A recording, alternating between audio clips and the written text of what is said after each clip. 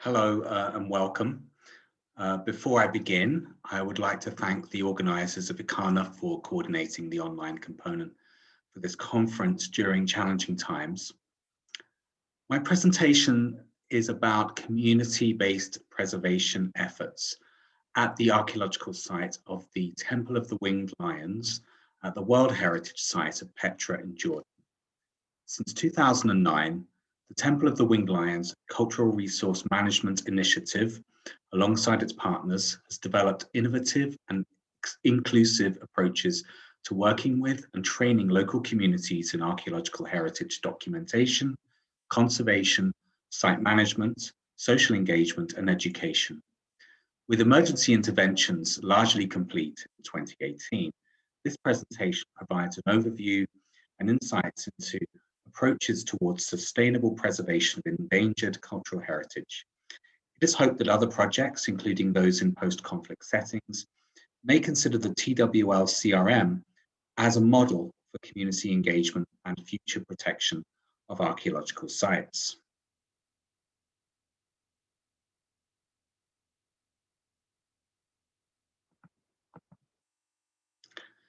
The story of the site goes back several decades to the American expedition to Petra, directed by Philip Hammond between 1974 and 2005.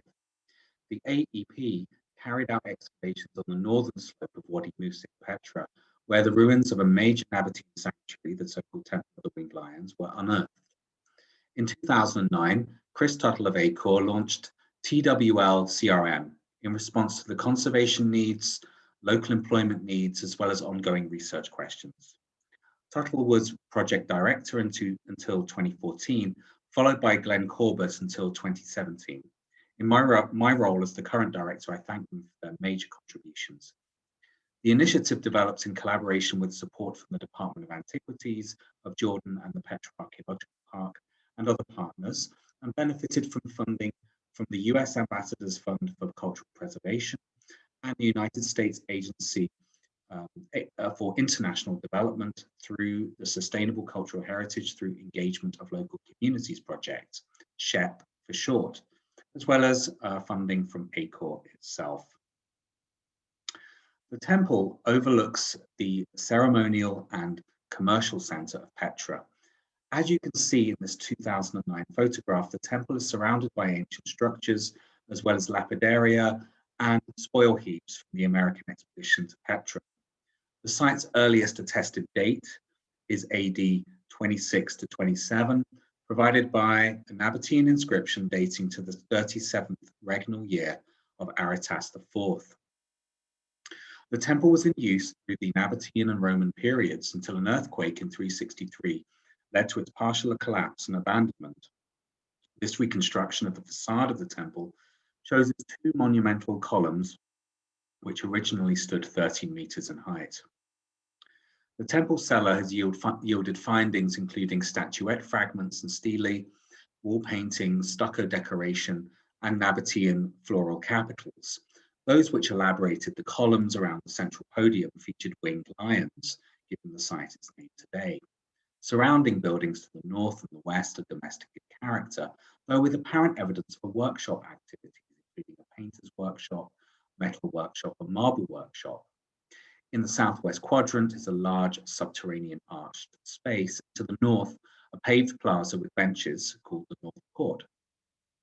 Although the cultic focus at the site continues to be debated, findings suggest the prominence of the Nabataean female deity Al-Uzza, equated in the Greek pantheon with Aphrodite.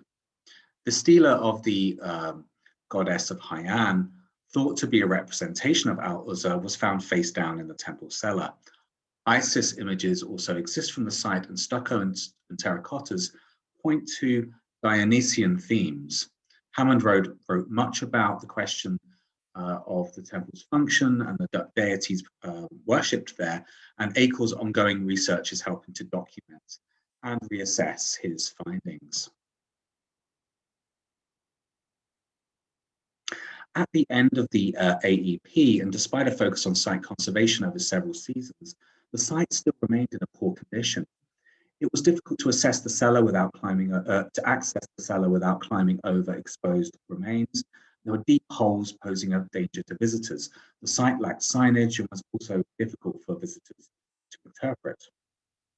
The rubble slope in the southwest quadrant was in danger of collapse, and some of the partially restored columns in the cellar were found to be leaning to one side. Moreover, the underlying matrix of the cellar platform, minus its original tiling, was left exposed to the elements. Another major problem exacerbated by poor drainage is the presence of salts within the sandstone ashlar blocks, which can impact their surfaces due to changes in humidity and climate. In short, the site's become endangered through its excavation and continued exposure to the elements over many decades. It was clear that something needed to be done to help preserve this important site and also make it safe and accessible to visitors. This led to the development of the TWLCRM initiative and 4 key areas: documentation and site conservation, conducted through a team of international experts and local team members, specialists and partners; site safety and interpretation, to create pathways and design and install signage to help visitors navigate, understand and visualize the site; community employment and training, which is about providing on-the-job training and capacity building in site documentation and preservation. This offers an alternative form of paid employment to local communities who have typically depended on tourism as a fluctuating source of income in recent decades. New and future employment opportunities with other projects and initiatives, as well as jobs with local authorities within the park, can become a possibility. In addition, this helps build awareness and it also changes local perceptions about the value of archaeological heritage in Petra. And lastly, educational awareness and outreach, which through school visits and development of hands-on activities for tourists and school groups, use of bilingual social media to build community interest and engagement, and lectures and resources for tour guides all help to raise awareness of the site, the work being conducted, and the importance of archaeological preservation for future generations. Here we turn to some of the initiatives at the site from 2012 onwards, but funded largely through grants from the US Ambassadors Fund for Cultural Preservation and later by USAID SCHEP. Firstly, an egalitarian hiring process was used to hire local team members, in which a roster organized by town, tribe, and family unit allowed the project to give equal opportunities to team members wherever possible. In addition, it was possible to prioritize those with immediate needs and offer a tiered pay scale to provide opportunities for advancement based on enhanced skills. In addition, there were opportunities for women for a range of project activities, which until this time was unusual for archaeological or preservation projects. One of the aspects of sustainability at the site was the repurposing of materials from past excavations for conservation needs. The sifting of AEP spoil heaps by team members, which themselves are a visible intrusion within the landscape, provided a ready source of clean soil for sandbags to help stabilize parts of the site. Because the sandbags were expensive or difficult to obtain, a sandbag cooperative was created whereby local women such as Agela Jamadi, shown here, created sandbags from old rice sacks. And in the process of sifting spoil, artifacts would be found, including unique objects such as this miniature silver spoon. The TWLCRM initiative also acknowledges the important contributions by Sela for vocational training and protection of cultural heritage between fall 2015 and summer 2017.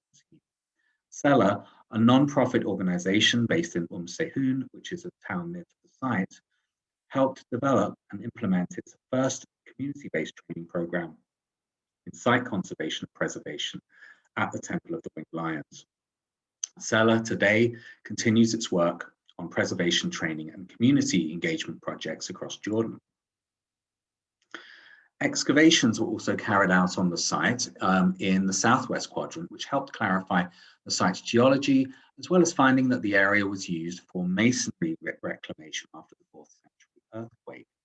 These excavations provided opportunities for TWL team members to gain training and experience in excavation and recording. In 2016, through USAID SCHEP support, the TWLCRM hired lead conservator Franco Ciarilli to provide training and help consolidate the ashlar masonry of the temple cella. This built on earlier work led by conservator Cristina Danieli to train a team and help reduce the impact of salts and consolidate its fragile walls. A more recent phase of activity supported by USAID SCHEP between 2017 and 18 has enabled the completion of vital emergency conservation of the cella and the southwest quadrant, as well as backfilling areas to help preserve the site in future years. Solutions to the drainage and salts problem in the temple cella included adding a mortar capping to the temple podium. Also backfilling the cella with geotextile at the gradient has helped improve drainage of rainwater away from the site. 2 leaning columns were given wooden supports and a third was partially restored. So the cella is now safe and accessible. The rubble slope in the southwest quadrant was in danger of collapse due to continued rainwater infiltration and threat of earthquakes. So this may have led to a landslide destabilizing the temple. A large buttress of sandbags and soil was used to support the rubble slope back of the quadrant, and a drainage channel was also added. And further cleaning and consolidation interventions were carried out to reinforce the walls. This all helped to stabilize the site and remove rainwater, improve rainwater runoff. The southwest quadrant was cordoned off to discourage visitors from climbing over the conserved areas. And the graphic panel here illustrates the role of local community members in the site's conservation. An important element of conservation has been the hands-on training of TWL members and Petra Park staff from local communities, enabling the transfer of knowledge, skills, and best practices. This provides potential for improved or new employment for those who receive such training, and several team members have since been employed within CRM roles within Petra and elsewhere in Jordan. Halima Nawafle, for example, a documentation assistant with the TWLCRM, helped record the lapidarium with Marco Dana of Humboldt University, ACOR's current TWL publication fellow. She also assisted in the conservation of the southwest quadrant, and her becoming a full-time Petra Park employee is just one successful outcome of this project. In addition to the practical on-the-job training, continued documentation of the site's condition and interventions has been a vital part of the project, including by staff of the Archaeological Park. Training team members included the analysis of condition of archaeological areas, agricultural documentation, vegetation removal, and monitoring of rainwater channels, pools, pathways, documentation of interventions. Through SCHEP's educational awareness program, team members played a vital role in sharing the message of site conservation and preservation through hands-on activities. Site stewards Iman Abdesalam and Ahmed Mawassa hosted over 250 Jordanian school children and multiple tourist groups. The Experience Petra program gave participants the chance to engage in on-site activities, including sifting for artifacts, washing pottery, cleaning and mortaring a wall, and documentation through drawing and photography. It's hoped that this may become part of a future program to help further communicate the value of cultural heritage to school children and tourists alike. The installation of pathways and signage has made the site truly accessible, and engagement with local students at the Petra College of Tourism and Archaeology at Hussein bin Talal University, alongside staff of the Petra Park, facilitated a pilot visitor survey to take and gather vital data on tourist use of the site, which can then be used to make future improvements. And lastly, efforts to bring the research and publication of the Temple of the Winged Lions forward have involved the documentation of materials from the TWLCRM, which are currently being assessed for future study or reburial. So in summary, in addition to sharing achievements and project outcomes, it's important to present experiences of training and education as a key element of conservation and site management for local communities, partners, and visitors. Hands-on participation and community and continuity within long-term active projects is key to the transmission of skills and knowledge, as well as observing the impact of conservation interventions over time. At the same time, maintaining specialist support of experienced conservation professionals is also important for quality control. Lastly, continued monitoring is important. For example, Petra Park staff, already familiar with the site's challenges, continue to monitor and maintain the site. But is the model sustainable?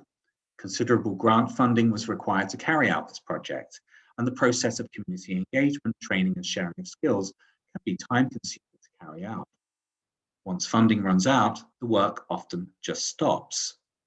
But the engagement of local communities goes beyond simply employment within specific project timeframes. Impact can be longer lasting if it translates into real jobs that can continue to receive funding and provide training opportunities, whether through local NGOs, international agencies, or from government or tourist funded programs. Jordan is suffering from the impact of the pandemic, and many neighboring countries also. They face additional uncertainty in conflict or post-conflict settings. While there is no short-term solution, it is clear that a community-based approach that values education and training can help sow the seeds for longer-term preservation of endangered sites. And with that, I wish to thank many people who've made this project possible, including those who have supported the initiative, especially the Department of Antiquities and Petra Authority, and the US Ambassadors Fund and USAID, and all community members who've worked at the site, and the many staff, interns, fellows, and colleagues in Petra and at ACOR. Shukran. Thank you.